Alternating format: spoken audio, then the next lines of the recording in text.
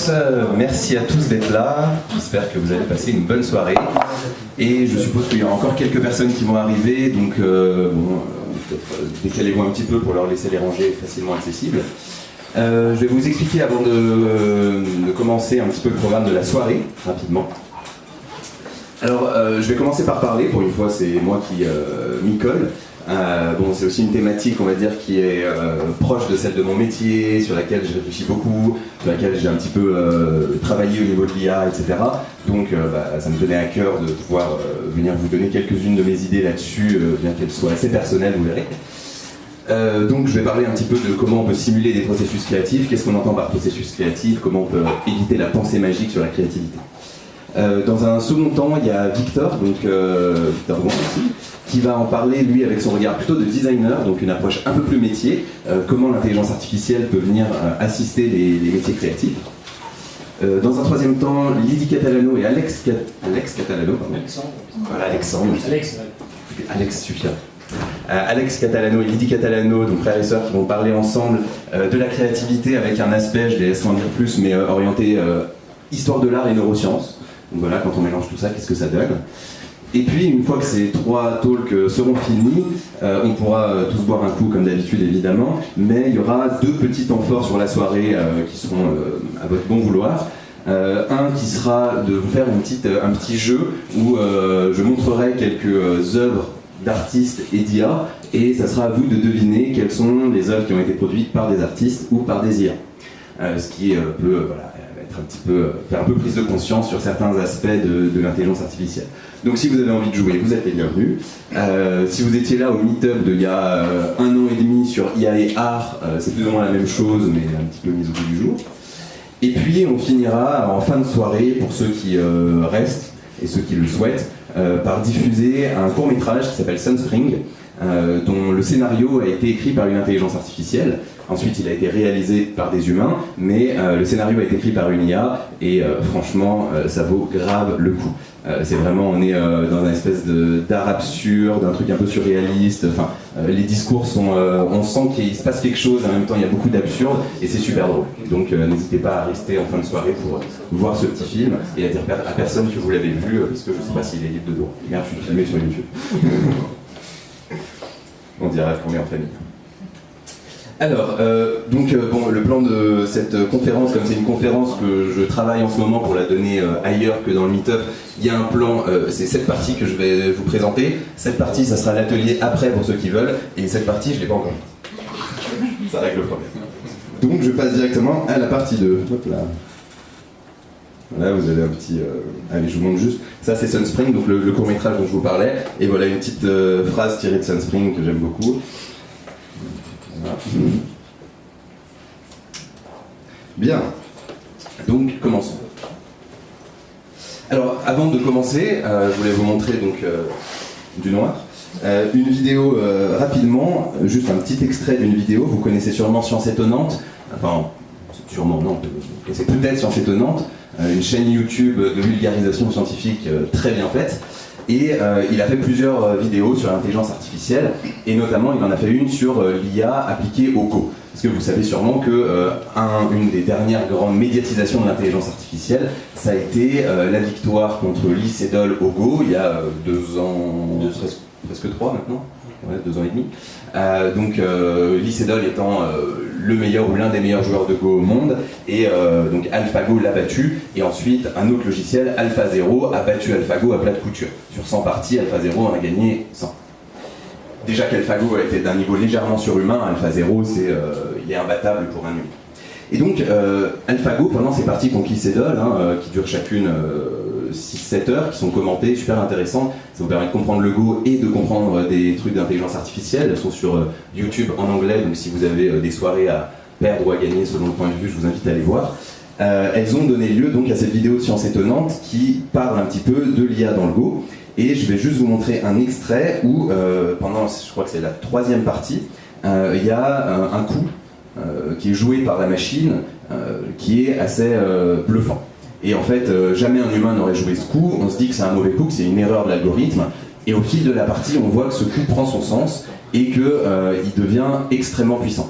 Le Go est un jeu très complexe où des coups comme ça peuvent être stratégiques pour la fin de la partie sur une partie de 5 ou 6 heures.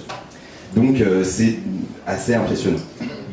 Et bien sûr, comme cette IA a appris sur des parties de grands maîtres, on s'est tous un peu demandé comment elle a pu trouver ce coup-là, qui n'a vraisemblablement jamais été joué même par un grand maître. Donc ça pose la question de la créativité de l'intelligence artificielle assez bien, je trouve. Et donc je vais vous montrer 3-4 minutes où on voit la tête notamment, le gars de Science Étonnante, je ne me rappelle plus son nom, va montrer des petits extraits de vidéo de cette partie où on voit la tête de Lee Sedol qui découvre ce coup et qui n'en revient pas. En cours de partie, c'est extrêmement compliqué de juger de façon objective qui est en train de gagner et donc de décider si une position est meilleure qu'une autre. On dit d'ailleurs que les bons joueurs de Go ont une vision assez intuitive, organique de ce genre de choses. Ils sentent les forces sur le plateau, mais ils ne calculent pas un score comme on pourrait le faire aux échecs. Les conséquences de ces deux différences, le nombre de coups possibles et la difficulté d'évaluation, font qu'il y a une dizaine d'années, les meilleurs programmes de Go étaient complètement incapables de rivaliser avec de bons joueurs humains. Et on imaginait que ça prendrait encore plusieurs décennies avant que l'on vive avec le Go la même chose que ce qu'on avait connu avec la victoire de Deep Blue sur Kasparov. Et pourtant, vous le savez sans doute, en 2016, le programme AlphaGo de Google DeepMind a battu le meilleur joueur du monde, Lee Sedol, 4 victoires à 1. Pour réaliser cet exploit, AlphaGo a utilisé une méthode bien différente, basée sur un domaine de l'intelligence artificielle qu'on appelle le machine learning, parfois traduit en français comme apprentissage automatique ou apprentissage statistique. L'idée est d'apprendre à un algorithme à faire quelque chose à partir d'une grande quantité de données qui lui servent d'exemple. J'avais déjà expliqué ces notions dans ma vidéo sur le deep learning et je vous y renvoie si vous êtes intéressé. Pour s'entraîner, l'algorithme AlphaGo a utilisé une base de données de 160 000 parties, toutes jouées par des grands maîtres du Go. Ça représente au total plus de 30 millions de coups. AlphaGo était constitué de 2 réseaux de neurones. L'un avait pour mission de choisir les bonnes branches de l'arbre des possibilités, pour éviter d'avoir à explorer une quantité invraisemblable de coups, et l'autre était chargé d'évaluer les positions explorées en leur attribuant un score, une valeur. Alors j'ai montré toute Ces la derniers temps, on entend pas beaucoup pertinente. en français comme par des grands maîtres du c'est au moyen de ces joueurs.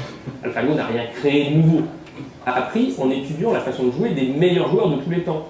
Alors certes, il a battu Lee Sedol, mais peut-être simplement en imitant tous les grands joueurs. AlphaGo n'a rien créé de nouveau. Enfin, c'est ce qu'on aurait envie de penser. Mais c'est peut-être pas si sûr. Et pour l'illustrer, je voudrais vous montrer le moment le plus dingue de cet affrontement. Il s'agit du 37e coup de la seconde partie. Alors, petite description de la situation. Vous avez donc Lee Sedol, ici à droite, et en face de lui, un anonyme dont le travail est simplement de jouer sur le plateau les coups que lui dicte la machine. La scène que l'on va regarder représente ce que l'on voit aussi parfois dans des championnats d'échecs. Vous avez 2 commentateurs dans une autre salle qui reproduisent les coups sur un grand tableau et les commentent en montrant les stratégies possibles.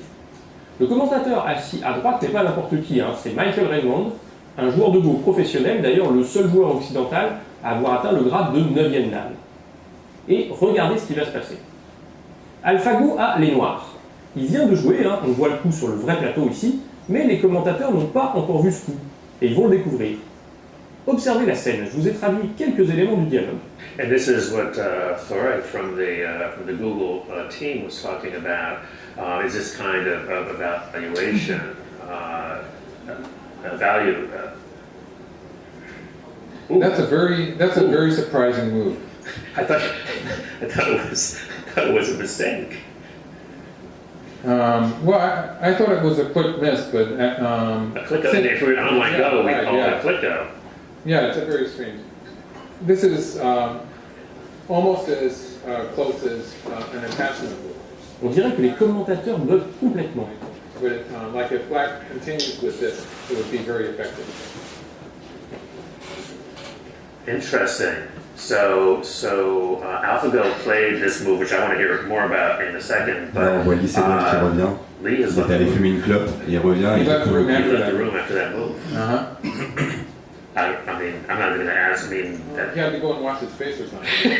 Just to Alors, en recover. réalité, il It's a était very déjà parti fumer une clope et il découvre le coup en revenant. Il n'est pas allé se mettre de l'eau sur le visage. I don't really know if it's a good or bad move at this point.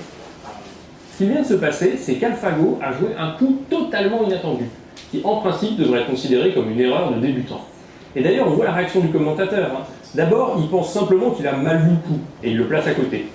Ensuite, il semble se dire qu'AlphaGo a bugué, a fait une grosse erreur. Et peu à peu, on dirait qu'il voit l'intérêt du coup, mais sans être complètement sûr. Et pourtant, ce coup aura une influence essentielle sur la fin de la partie, dans un autre coin du plateau. Alors la vidéo qu'on vient de voir suggère que Lee Sedol est sorti quand il a vu ce coup. En fait, non, il était sorti avant pour fumer, hein, il avait le droit, et d'autres images montrent sa tête quand il revient. Regardez.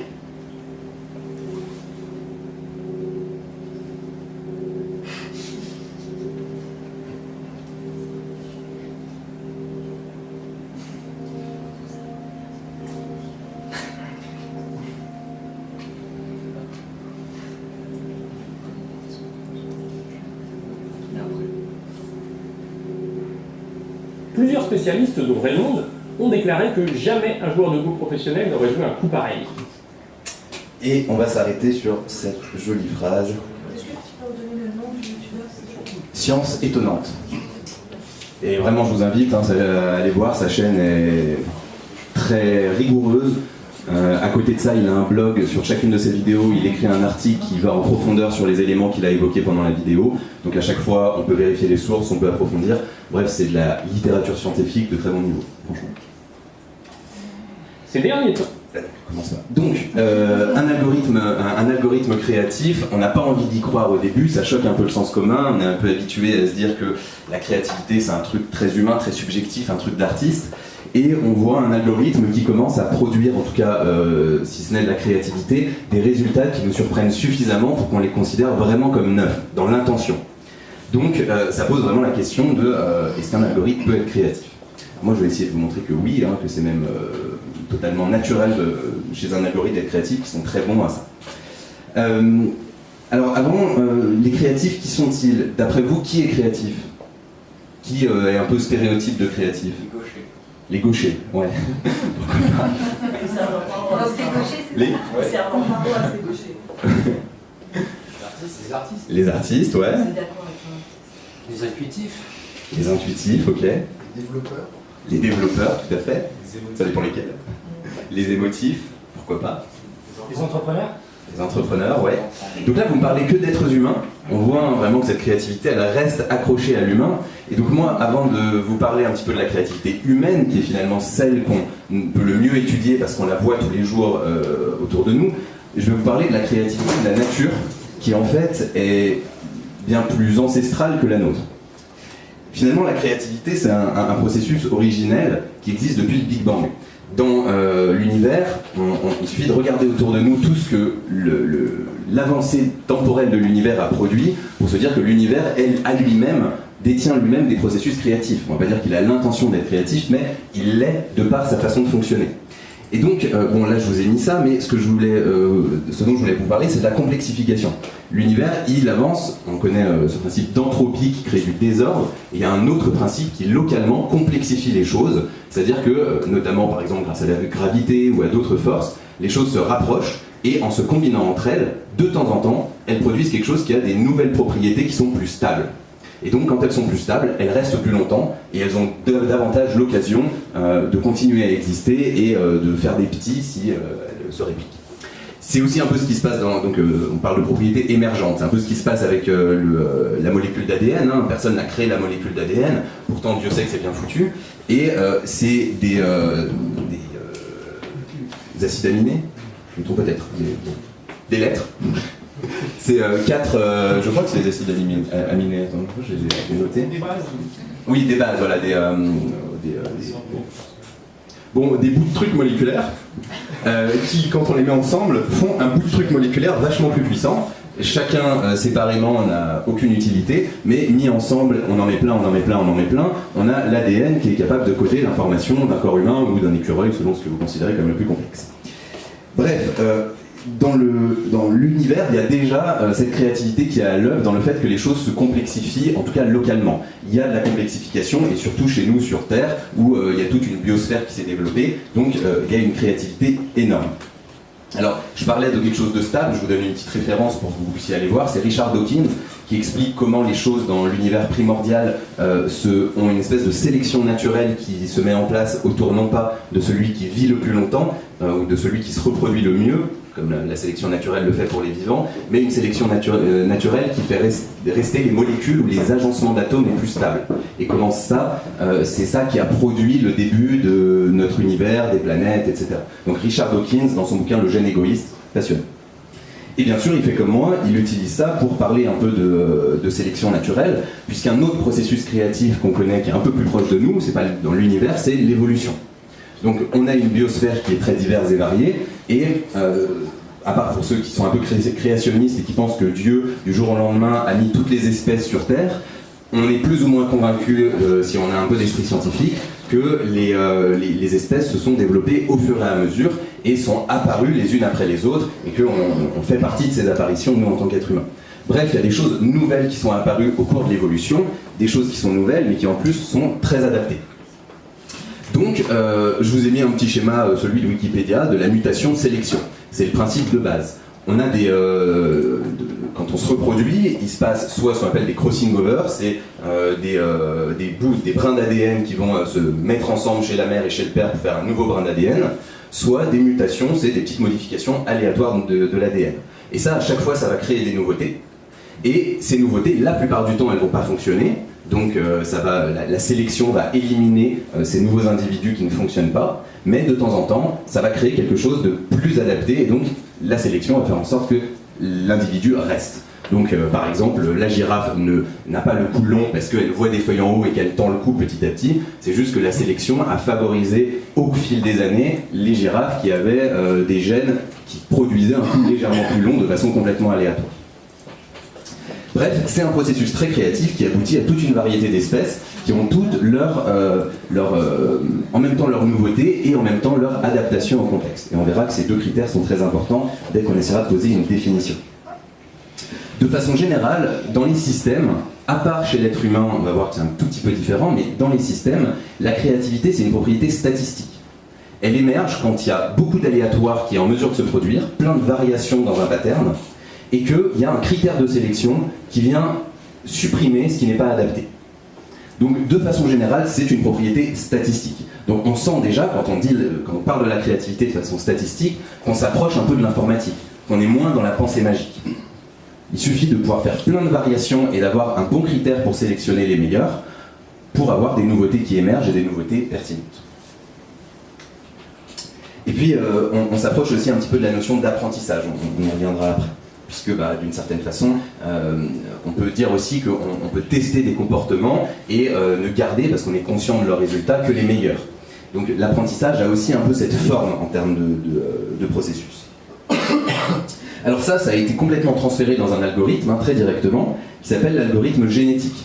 C'est toute une classe d'algorithmes, c'est pas un seul algorithme, il y en a plein, on les appelle évolutionnaires ou génétiques, en référence justement à la façon qu'ils ont de se comporter comme l'évolution. Donc, je ne suis pas un spécialiste des algorithmes évolutionnaires, mais je vais vous expliquer très rapidement comment ça marche. Et je vous ai mis un lien, vous pouvez le prendre en photo, je pourrais vous l'envoyer, il est suffisamment court, d'un gars que je trouve très intéressant, qui a fait donc une page web où il explique très très bien les algorithmes génétiques et où il donne des exemples d'applications et où il les donne de façon d'une rigueur parfaite, quoi. Il pose le problème, il explique les conditions initiales, il explique comment coder l'algorithme, etc. Donc on peut suivre étape par étape, et si vous voulez apprendre, je trouve que c'est un très bon tuto, même si c'est moche. On ne peut pas tout avoir. Donc comment ça marche? C'est comme tout à l'heure, on part d'une population de base qu'on va générer aléatoirement au début. Qu'est-ce qu'on appelle une population de base? C'est des solutions à un problème, et ces solutions, on va les écrire comme des suites binaires.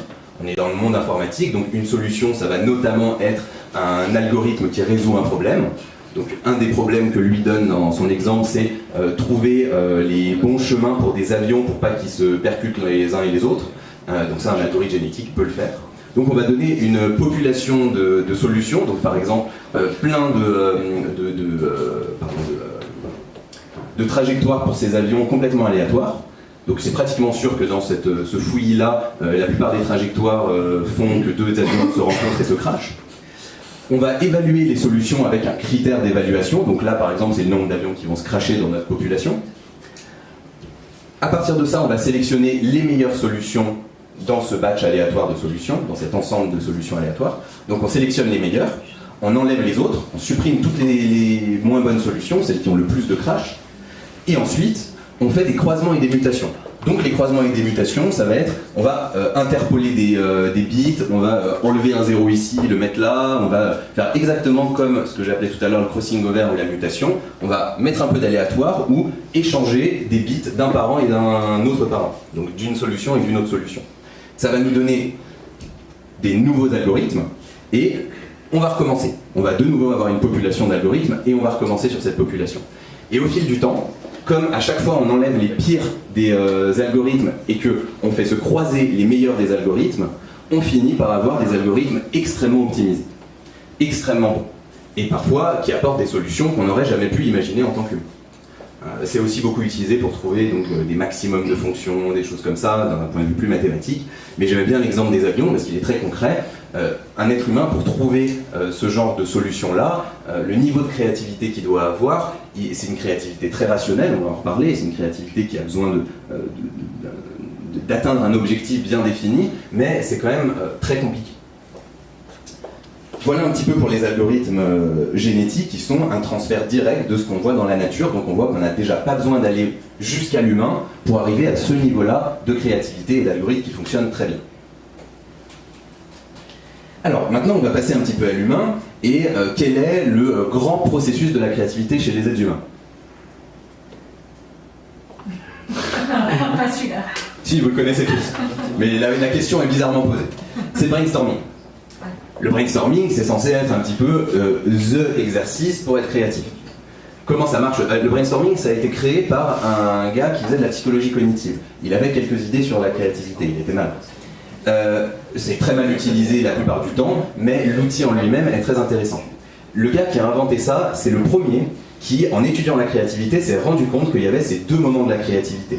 Le moment où on génère plein d'idées, et le moment où on sélectionne les meilleures idées, encore une fois.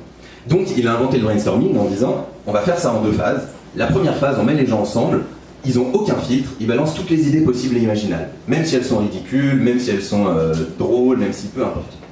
Et dans un second temps, à partir d'un critère qu'on s'est donné à l'avance ou qu'on se donne a posteriori, ça dépend des façons de faire, on va sélectionner les meilleures solutions, voire même la meilleure solution, et on va n'en garder qu'une.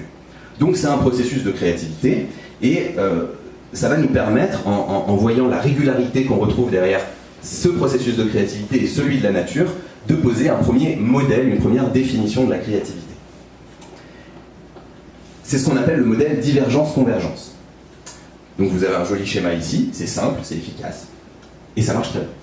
La plupart du temps, la créativité fonctionne comme ça. On verra ensuite quand est-ce qu'elle ne fonctionne pas comme ça. Mais la plupart du temps, elle fonctionne comme ça. Il y a un premier temps où on va ouvrir le champ des possibles un maximum, soit en générant plein d'idées si on est en brainstorming, soit en créant plein de mutations aléatoires ou plein de crossing over entre notre population de base, en tout cas en générant plein de solutions potentielles, même pas possibles, juste potentielles. Et ici, on va commencer à couper un peu dans le champ des possibles, le réduire, en sélectionnant les meilleures solutions, pour arriver à une solution qui soit à la fois nouvelle, parce qu'ici on génère des choses nouvelles, et à la fois adaptées, parce qu'ici on coupe tout ce qui n'est pas adapté. Donc on peut dire que la divergence, c'est vraiment le moment où on crée du nouveau, ce qu'on a l'habitude de voir comme étant la créativité, et ça aujourd'hui même des IA le font très très bien, c'est-à-dire qu'on prend un pattern de base et elles peuvent produire des millions de variations qui sont toutes originales. Et cette deuxième partie, c'est la deuxième partie de la créativité, c'est l'adaptation à un contexte.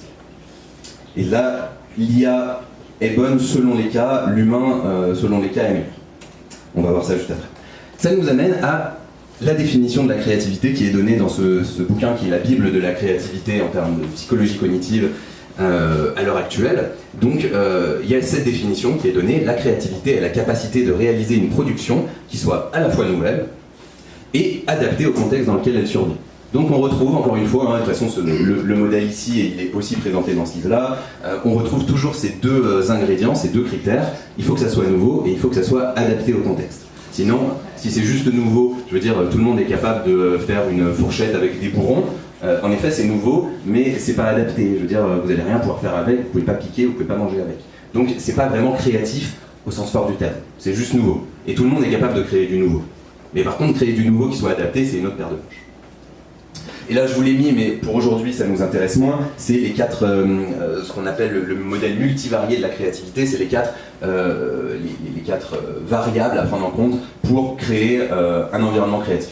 C'est surtout utilisé en management pour manager la créativité. Donc des critères cognitifs, c'est tout ce qui a trait à la rationalité, au fait que le problème qu'on veut résoudre soit bien posé.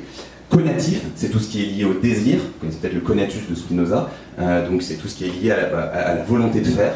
Et donc c'est, on va dire, une certaine motivation, c'est toutes les tests de Damping pour ceux que ça intéresse.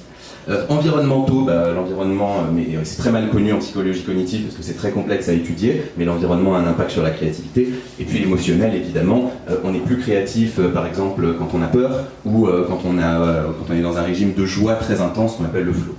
On va en reparler des autres.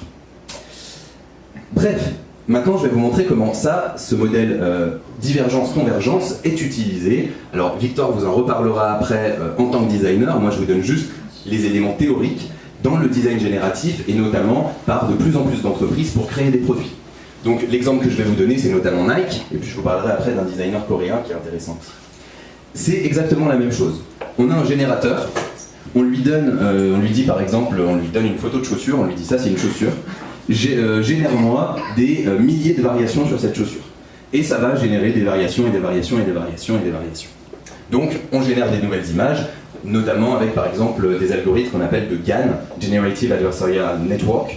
Vous pouvez aller vous renseigner aussi, c'est des algorithmes qui sont beaucoup utilisés dans l'IA créative. Donc on génère des nouvelles images, et ensuite, donc le générateur c'est ce qui fait diverger, et on a quelque chose, discriminateur, qui fait converger, dans lequel on va donner un critère de sélection. Donc pour Nike, pour cet exemple-là, le critère de sélection c'est d'autres chaussures qui ont déjà marché commercialement. Ce qui fait que ça va nous générer petit à petit une nouvelle paire de chaussures qui sera au plus proche de ce qui a déjà marché commercialement. D'autres façons de voir les choses, c'est de dire ici, l'input qu'on met, et Nike aussi l'a fait, je vais vous montrer l'exemple juste après, c'est, donc là on va dire que le discriminateur c'est un discriminateur marketing. Et il peut y avoir des discriminateurs techniques. Donc l'idée ça va être d'utiliser des capteurs qu'on va mettre sur un sportif de haut niveau. On va faire courir ce sportif avec les chaussures et on va étudier ses résultats. Et à chaque fois, on va demander à l'algorithme de sélectionner les modèles de chaussures qui, en termes techniques, fournissent les meilleurs résultats chez l'athlète. Et petit à petit, comme ça, on va améliorer une semelle. Par exemple, là, dans le cas de Nike, c'est une semelle. On appelle parfois cette technique-là de l'alien design.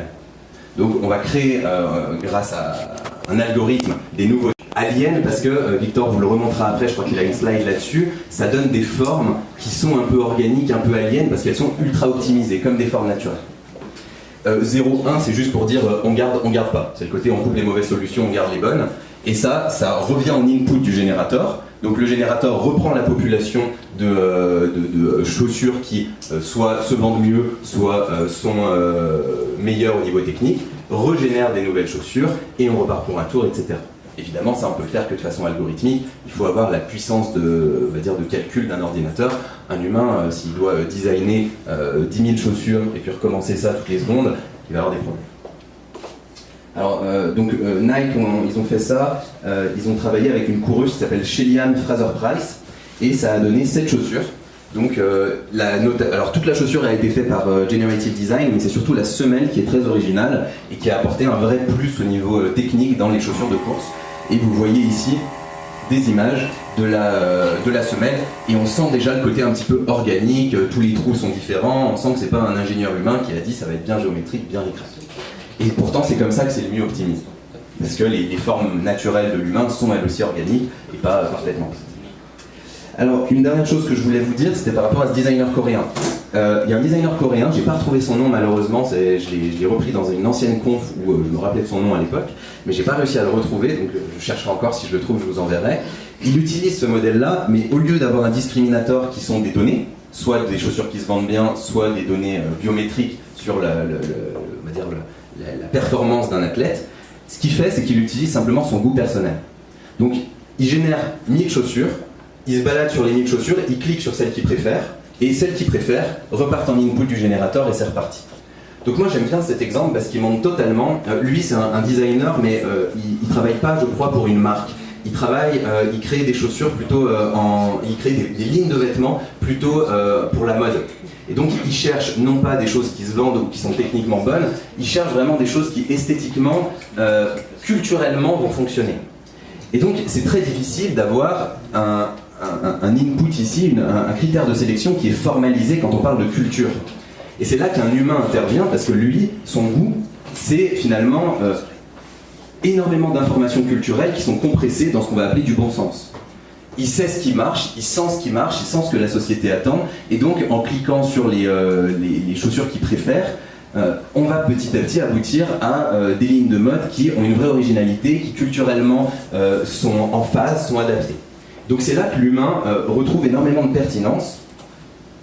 C'est dans cet espace de convergence quand on a besoin de faire converger avec des éléments culturels qui demandent du bon sens. Donc un peu comme d'habitude, dans la créativité, là où l'intelligence artificielle n'arrive pas à aller, c'est quand on a besoin d'un bon sens ou d'un sentiment de la culture, d'un sentiment du contexte humain qui nous environne, qui est beaucoup trop complexe pour être formalisé, en tout cas aujourd'hui. Par contre, pour la divergence, c'est très rare que l'IA ne soit pas pertinente, en tout cas dans ces modèles-là. On verra après l'autre modèle que je vais vous proposer, dans lequel c'est un peu plus compliqué de faire de l'IA. Mais là, pour ce qui est de la divergence, il suffit de donner en entrée un premier élément même complètement moche, complètement nul, qui a aucune des caractéristiques qu'on souhaite avoir, et petit à petit, par ce processus de divergence-convergence répétée, avec on reboucle comme ça, on arrive progressivement à des choses très pertinentes.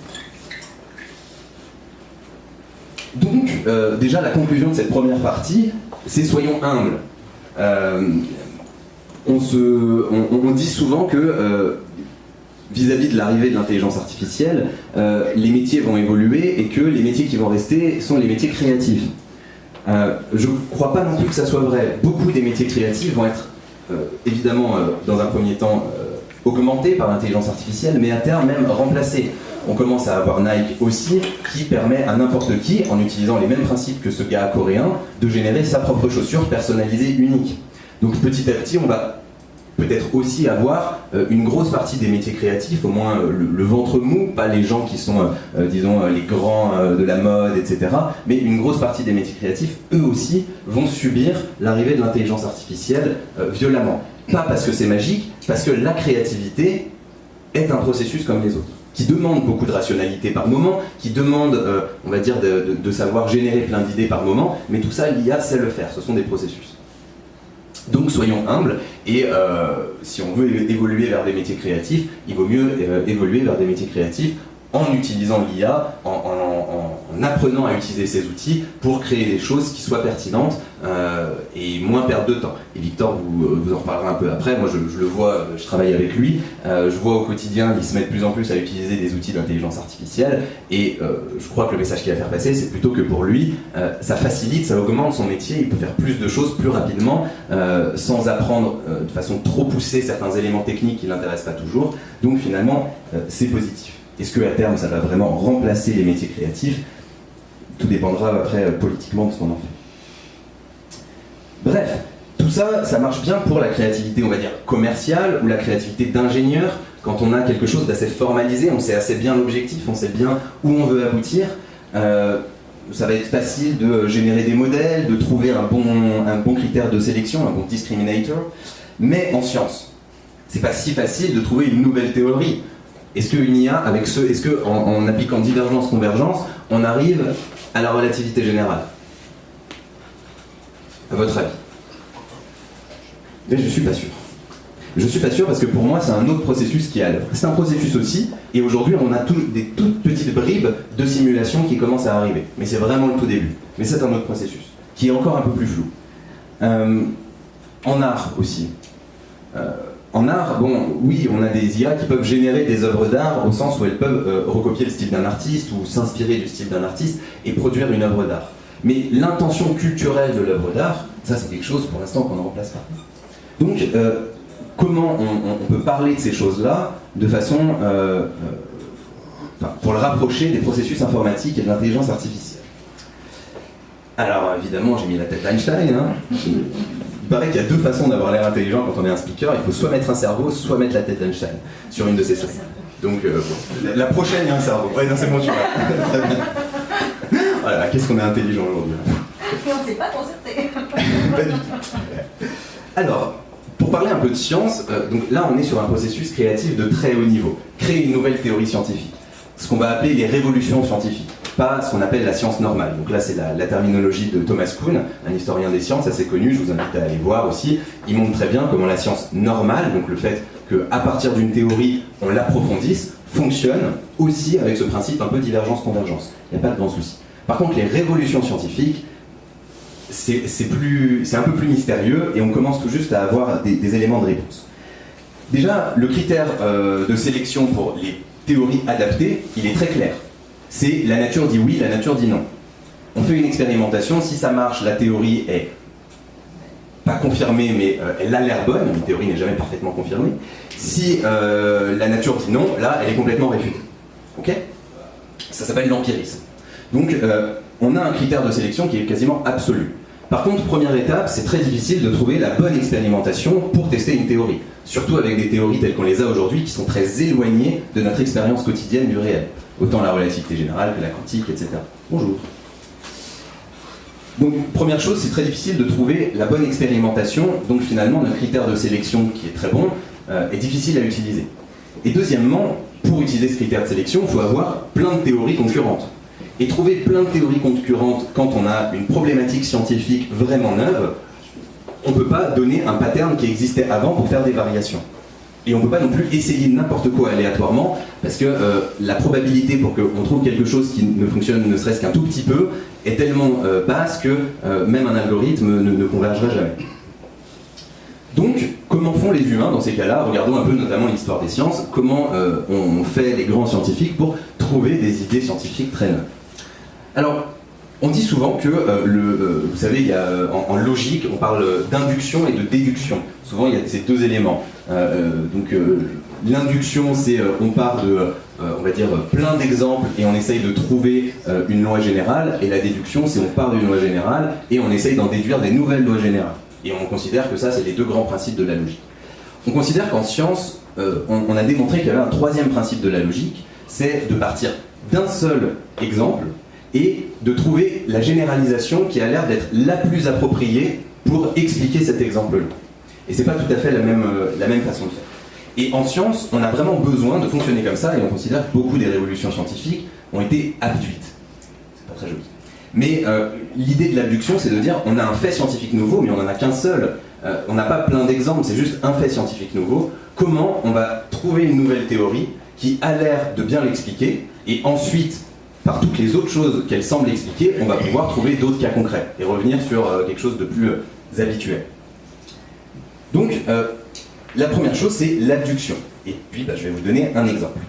Donc, depuis Newton, on va parler un petit peu histoire des sciences, la théorie acceptée, la théorie mécanique acceptée, c'est la mécanique de Newton. Elle nous dit notamment quelque chose, c'est que les vitesses, elles s'additionnent quand le cadre de référence est modifié. Par exemple, si je lance une pièce et que je suis immobile à 20 km/h, vous la voyez aller à 20 km/h. Mais si je cours à 10 km/h et que je la lance à 20 km/h, vous la voyez aller à 30 km/h. Okay ? Les vitesses s'additionnent. Et ça, c'est vrai dans notre monde classique. Ça marche très bien. Sauf qu'à la fin du 19e siècle, il y a un gars qui s'appelle Maxwell qui a décrit les ondes lumineuses, qui a formalisé les ondes lumineuses sous forme d'équations. Et quand on regarde ces équations, on se rend compte de quelque chose, c'est que la lumière, elle semble avoir une vitesse limite. Vous savez, c'est la vitesse constante de la lumière, 300 000 km/s. Donc c'est incompatible avec le modèle de Newton. Comment un objet pourrait aller à une vitesse limite? Ça veut dire que si j'envoie un rayon lumineux et que je suis immobile, il va à 300 km/s, mais si je cours et que j'envoie un à 10 km/h et que j'envoie un rayon lumineux, il va pas à 300 km/s plus 10 km/h. C'est bizarre. Pourtant c'est vrai. Donc il y a un problème. Et il y a ce fait scientifique qui pose souci.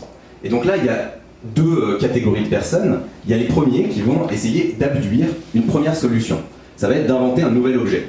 C'est ce qu'on appelle un réflexe ontologique. Ils vont inventer l'objet éther, qui est un espèce de truc qui est partout dans l'univers et qui permet aux ondes lumineuses de se déplacer. Et la façon dont il est fait, la façon dont cet éther est constitué, fait que l'onde lumineuse, elle va avoir un espèce d'effet d'amortissement qui va faire qu'elle ne va jamais aller au-delà de 300 km/s. Donc on invente un objet qui ne correspond pas parfaitement au problème qu'on veut résoudre, ce qu'on appelle aussi une solution ad hoc. Voilà, on prend le problème et on le transforme en solution, mais tel quel. Bien sûr, ça n'a pas marché. En 1887, c'est testé, pas de chance, on ne trouve pas d'éther. Et puis il y a Einstein qui arrive, et lui, il abduit bien, on va dire. On verra après ce que ça veut dire abduire, hein, mais en tout cas, lui, il abduit bien, et il dit non, on ne va pas essayer de sauver la théorie, on change complètement de théorie, et il propose une théorie, la théorie de la relativité restreinte, qui vient de ce fait expérimental nouveau, dans lequel la vitesse de la lumière est absolue. Et comment elle fait ça? En fait, au lieu d'avoir un espace et un temps qui sont séparés, il va réunir l'espace et le temps, et donc la lumière, elle va à 300 km/s, parce qu'on a le temps qui se déforme, ou l'espace qui se déforme, pour ne pas la faire dépasser cette vitesse-là. Pour faire très simple, hein, après vous irez vous renseigner pour les plus scientifiques. Donc le temps, il devient, on va dire, relatif. C'est pour ça qu'on parle de la théorie de la relativité. Et dans ce cadre-là, on peut retrouver, sans ajouter un nouvel objet, cette vitesse de la lumière maximum. Bref, on a un nouveau fait scientifique et on va abduire comme ça une théorie vraiment nouvelle parce que il faut trouver dans ce fait nouveau ce qui est réellement nouveau. Et ce qui est réellement nouveau, c'est pas que la vitesse de la lumière est absolue, c'est que le temps est relatif. Donc on a le premier réflexe, on a le premier réflexe qui est de dire que, en fait, c'est juste que y a un nouvel objet, et puis finalement on se rend compte que le problème n'est pas là. Donc il faut trouver le bon élément dans notre exemple qui permet de construire cette nouvelle théorie. Ça c'était le premier processus de créativité scientifique et qui est un des plus importants pour les révolutions scientifiques. Un deuxième, très important aussi, c'est la synthèse. Donc là on est plus proche de ce qu'on appelait tout à l'heure l'induction. On a plusieurs théories, enfin, c'est pas vraiment l'induction, on a plusieurs théories et on va se rendre compte que en fait elles se résument toutes à une seule et même théorie. Donc c'est ce qu'on appelle l'unification en science, et la science aime bien ça. Pareil, espace et temps qui sont réunis, Maxwell on en parlait, électricité et magnétisme qui sont réunis, électromagnétisme, etc., etc. On fait ça très souvent en science, enfin très souvent, on aimerait le faire plus souvent, mais en tout cas c'est ça qui fonde des révolutions scientifiques aussi. Donc la synthèse, c'est l'idée d'avoir deux théories et d'essayer de trouver les zones de recouvrement pour dire en fait c'est ça qui compte. C'est ce qui est commun à ces deux théories qui en fait est plus général, plus abstrait que les deux théories séparées. Et donc on peut les résumer à une seule et même théorie. Et puis un troisième, c'est ce qu'on va appeler l'intuition. Alors l'intuition, entendue au sens noble du terme, l'intuition de l'expert, l'intuition qui a un raccourci de pensée. Pas l'intuition de Madame la Voyante qui vous dit qu'elle communique avec les étoiles et que ça lui donne l'intuition que vous allez mourir demain. Enfin, je suis désolé pour les voyants s'il y en a dans la salle. Donc c'est l'intuition effet Eureka. Le fait, c'est par exemple Poincaré qui raconte ça, il travaille sur un problème pendant des mois et des mois, et puis il s'arrête de travailler parce qu'il désespère.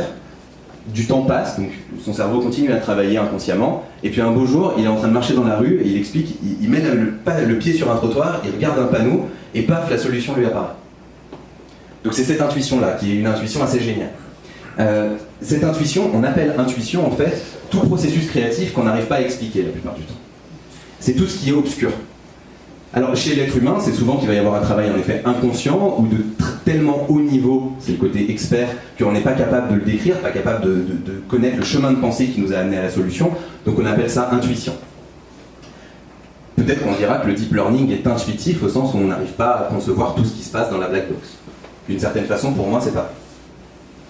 En tout cas, ces trois façons de faire de la science et d'être créatif en science, je trouve que ils sont très intéressants parce qu'en fait, ils ont eux aussi un élément commun. Eux aussi, on peut d'une certaine façon les synthétiser un petit peu. Ils ont un même élément commun qui est que dans les trois cas, il s'agit de compresser de l'information. En fait, quand on compresse de l'information, on aboutit nécessairement à quelque chose de nouveau. Et comme on est parti de quelque chose qui était déjà un objet adapté, on arrive à quelque chose qui est censé être nouveau puisque compressé, mais aussi qui est censé être adapté, puisque ce n'est qu'une trace de l'objet initial. Et donc, quand on synthétise, c'est évident qu'on compresse de l'information, on a 3 ou 4 théories, on les réunit en une seule, plus courte, plus simple. L'intuition, je le disais, c'est un processus très complexe qu'on n'arrive pas à atteindre, et ce qu'on ressent comme une intuition, c'est finalement cette information très compressée, juste le résultat d'un calcul. Et puis, l'abduction, finalement, c'est aussi de la compression de l'information. On trouve c'est une compression de l'information orientée. Il faut trouver le bon élément dans un seul fait, par exemple expérimental, par exemple scientifique, qui peut se généraliser. Et une généralisation, c'est toujours une compression de l'information plus grande, puisque la théorie généralisée s'applique à plus de cas en étant tout aussi légère que le cas expérimental. Donc, je suis désolé, c'est un peu théorique, un peu lourd peut-être. Pour ceux qui suivent, en tout cas, dans les 3 cas, on a une compression de l'information. Et donc, moi j'ai tendance à voir là-dedans que la créativité, finalement, elle naît. La créativité qui n'est pas, on va dire, divergence-convergence, comme j'en parlais tout à l'heure, qui n'est pas un processus, c'est ce qui apparaît d'une compression de l'information bien faite. Alors c'est une thèse que je partage avec un grand monsieur, il la partage plus que moi on va dire quand même. Il s'appelle, je vous laisse lire le nom. Voilà. Ouais. Pour ceux qui l'ont déjà rencontré, peut-être que vous savez comment ça se prononce. Si en plus j'ai fait un peu d'allemand à l'époque, enfin un peu, j'en ai fait 10 ans et puis je me suis empressé de tout oublier. Jürgen Schmidhuber. Ouais, quelque chose comme ça. Huber. Bref, c'est un Allemand, il veut créer une IA plus intelligente que lui, c'est son but dans la vie. Ce qui serait une IA quand même très intelligente, parce que c'est un des plus grands scientifiques en IA du monde. Son équipe, c'est une des pionnières dans les réseaux de neurones profonds. Il a gagné plein de compétitions. Et son équipe, c'est elle qui est à l'origine de ce qu'on appelle la théorie de l'IA universelle, ou General AI. Okay, donc c'est un peu lui qui a donné ses lettres de noblesse à cette théorie, donc une IA qui serait capable de faire au moins autant de choses que l'être humain, en tout cas d'être polyvalente. Et c'est aussi un des tenants de la singularité, mais entendu sur un aspect un peu plus conceptuel qu'un Ray Kurzweil, puisque lui c'est plutôt la notion de point oméga, ces choses-là, donc c'est plus une singularité presque spirituelle, on va dire, ou spirituelle au sens tout ce qui est immatériel de l'esprit. Donc lui, il travaille sur les fondements d'une IA créative en fait. Son but en créant une IA générale, c'est d'abord de la faire émerger de la créativité. Il a besoin de donner de la créativité à son IA pour qu'elle soit générale, donc il travaille beaucoup là-dessus. Et son angle d'attaque, alors je vous ai mis Creativity is Intelligence Adding Fun, puisque lui il appelle ça donner à l'IA la capacité à produire de la beauté et à avoir du fun quand elle en produit. Il utilise les mots beauté et fun, de façon un petit peu exprès, un petit peu on va dire, provocatrice. En tout cas, sa façon de donner de la créativité à ces IA, c'est qu'elles aient une récompense interne qui est liée à la capacité à compresser de l'information. Donc ça, c'est une première chose. Et là, ça y est, équation. Donc ce qu'il appelle la beauté, c'est le niveau de compression de l'information. Et ce qu'il appelle le fun, c'est la capacité à améliorer constamment l'algorithme de compression de l'information. Donc c'est là où je disais, c'est une compression d'information orientée.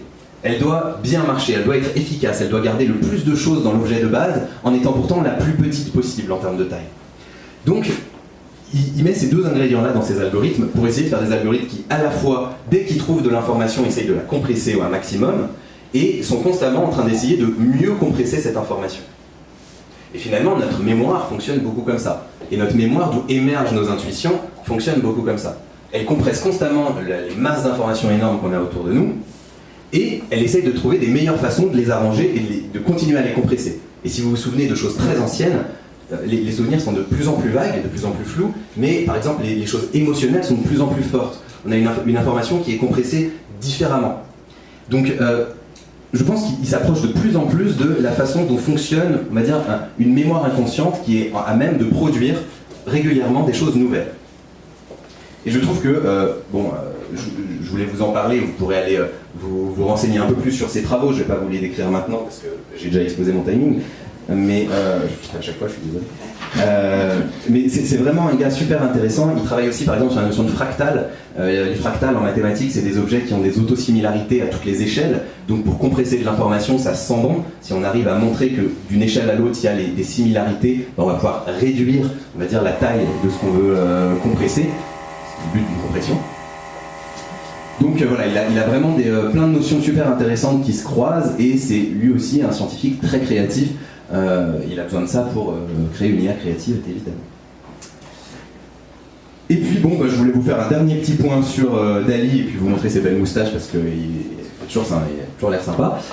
Des petites choses qu'on dit aussi en art, un petit peu plus sur ce qui produit de la créativité. Là, c'est plus pour ouvrir un petit peu. Alors, on parle d'association d'idées, d'association. Donc, vous connaissez un certain nombre, sûrement. Enfin, il y a plein de jeux comme ça où on dit un mot, la personne d'après dit le premier mot qui lui vient par la tête, etc., etc. Donc, on peut considérer qu'il y a un côté nouveau là-dedans. L'association d'idées, par contre, est-ce que ça produit des résultats très adaptés? C'est rare, donc c'est pour ça qu'on est plutôt en art, où le critère d'adaptation ou de sélection il est plutôt subjectif, c'est plutôt l'artiste qui le choisit. Bon, des fois il le choisit, il est impérieux, hein.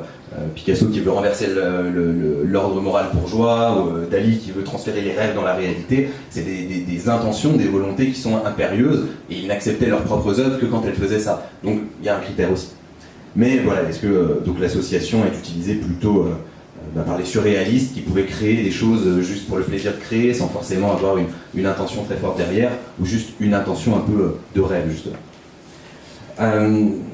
L'intuition encore, bon, peut-être une intuition un peu différente, ce qu'on appelle l'écriture automatique, donc laisser l'inconscient parler. Là on est aussi sur l'intuition dont on parlait tout à l'heure. Il se passe des choses en arrière-plan chez l'être humain qui sont très, on va dire, très obscures à notre conscience parce que d'un traitement de l'information de très haut niveau, et peut-être que ce qui va en ressortir c'est juste ce qui est compressé correctement et donc quelque chose d'intéressant artistiquement. Et puis la folie, Van Gogh, etc. Là aussi c'est difficile de décrire puisque pour étudier la folie faut-il encore être fou et peut-on encore l'étudier, etc. En tout cas, finalement on retrouve un petit peu, même dans l'art, des éléments de compression de l'information puisque l'artiste, la plupart du temps en tout cas, à part un peu dans le surréalisme, et finalement on pourrait aussi le dire, la plupart du temps l'artiste va essayer de traduire un contexte culturel ou une volonté qui est très générale, par exemple renverser l'ordre bourgeois, c'est un truc très général, on peut pas l'écrire en équation. Donc le traduire en œuvre, c'est une façon de compresser toute cette information ou de compresser un contexte culturel dans un seul objet qui va le symboliser, ce qu'on appelle un symbole. Et finalement aujourd'hui, quand on regarde une œuvre d'art et quand on a quelques éléments historiques sur cette œuvre d'art, ça nous ouvre à tout un champ qui est beaucoup plus large que les petits grammes de peinture qu'on a devant nous. Voilà. Donc il y a aussi une compression de l'information à travers l'art d'une certaine façon. Et je vais m'arrêter là et je vais laisser Victor enchaîner sur les métiers créatifs. Allez, à la limite, je prends une question avant de...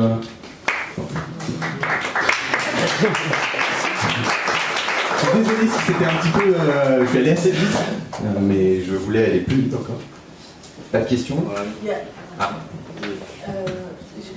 J'étais étonnée que pour la partie de la créativité, la première partie dont tu parles avant la partie scientifique, tu résumes, tu résumes justement, tu supprimes toute la partie culturelle, holistique, tous des aspects qui sont hyper humains et qui concernent des localisations, de la géopolitique, du culturel, plein d'éléments qui font que la créativité elle est différente et qu'il va y avoir des choix. Et ces choix qui sont tellement humains finalement, donc c'est ce qui est aussi encore la créativité super humain, mais j'ai hâte de voir du coup la réponse, mais du coup je suis un peu étonnée de cette compression. Alors, j'ai pas voulu mettre de côté l'aspect culturel et humain, comme je l'ai montré par exemple avec l'aspect du designer coréen. Dès qu'on sort d'un processus bien défini, dès qu'on sort par exemple d'une production industrielle où on sait à quel résultat à peu près on veut aboutir, au moins on en connaît les contraintes. Dès qu'on veut intégrer un élément culturel dedans, comme je le disais, c'est important de réintégrer l'humain, puisque c'est lui qui va être finalement le vecteur entre cette culture et l'algorithme. L'algorithme n'a pas encore assez de capteurs ni d'expérience pour avoir le bon sens d'un humain. Mais du coup, l'humain, ça a une vision un petit peu, on va dire, outillée de l'humain, désolé, mais dans ce cadre-là, on va avoir cet humain qui est traversé un petit peu par cette culture et qui la traduit sous forme, par exemple, de clics sur une souris en choisissant des chaussures, en tout cas qui la traduit dans l'algorithme d'une façon ou d'une autre. Mais du coup là, bien sûr, l'humain est nécessaire, l'humain fait des choix, et la créativité, qui pour moi est un processus, l'humain en fait toujours partie. Voilà. Même avant mais il ne la possède pas. Tout le bagage que l'on a, que l'on reçoit, individuellement, par rapport à sa famille, dans son pays, et ça fait partie de tous les bagages que l'on a qui fait qu'on est créatif, qu'on ne l'est pas. Ou qu'on est unique en tout cas. Et qu'on est unique, Donc c'est les ça. choix qu'on va faire, ils vont être uniques. Et donc Ça fait apporter quand dans même un processus de sortir créativité aussi, une c'est quand c'est unicité. des personnes qui, ont qui ressortent cette culture-là. Ouais, ouais. C'est le deep learning. Ouais. Et c'est vrai que le deep learning aussi finalement essaye des fois de traduire un peu, enfin de récupérer suffisamment de données pour traduire des éléments culturels, notamment en art. Mais voilà, c'est jamais aussi vaste que ce qu'un humain peut avoir en lui.